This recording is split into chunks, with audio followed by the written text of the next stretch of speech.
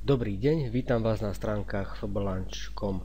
V tomto videonávode si ukážeme, ako umiestniť zobrazenie vášho denného menu na vašich Facebook stránkach. Je to úplne jednoduchá záležitosť a práve si to ukážeme. Takže ak sme v zobrazení menu, čo sme tam boli v minulom návode, tak pekne si klikneme na kód na stránku Facebook.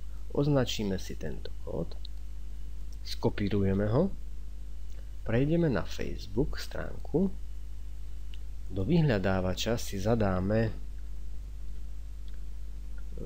static html, áno, tu sa nám zobrazila táto záložka, takže na ňu si klikneme, otvorí sa nám takéto okno, dáme add static html to page a on sa nás teraz opýta, na ktorú našu stránku to chceme umiestniť. Pokiaľ máte jednu, tak to bude jedna. Ja ich mám viac, tak vytvoril som tu na takúto testovaciu stránku a dám pri... Teraz sa vrátim na svoju testovaciu stránku, ktorú som si vytvoril, vy tam budete mať samozrejme nejakú inú a nájdem si medzi aplikáciami, tu na to máme túto záložku Welcome. Klikneme na to a objaví sa nám niečo takéto. Dáme tu Edit tab a do tohto static HTML vložíme tento náš kód. Dáme save a môžeme dať preview. Teraz sa vlastne zobrazí tak. A zobrazilo sa na naše denné menu, ktoré sme vlastne vyklikávali na úplne inej stránke, teda na stránke fblunch.com.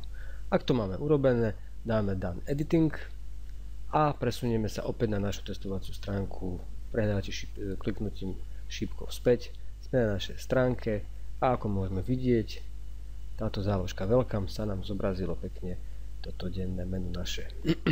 Čiže už ho nemusíme do budúcna vôbec meniť. Čo sa týka ešte tohto názvu Welcome, samozrejme ten názov je taký nič nehovoriaci, tak môžeme prejsť do Edit tab a tu je Tab Name and Picture, tak tu je tento Welcome názov a tu si môžeme dať napríklad denné obedové menu. Tak, Save Tab Name a tým pádom sa nám to uložilo, môžeme dať Save and Publish, či sa teraz asi nie ani, takže Done Editing, späť na stránku a sme tu a vidíme denné obedové menu, ktoré sa nám zobrazuje a zobrazuje sa aj všetkým vašim fanúšikom na vašich facebookových stránkach.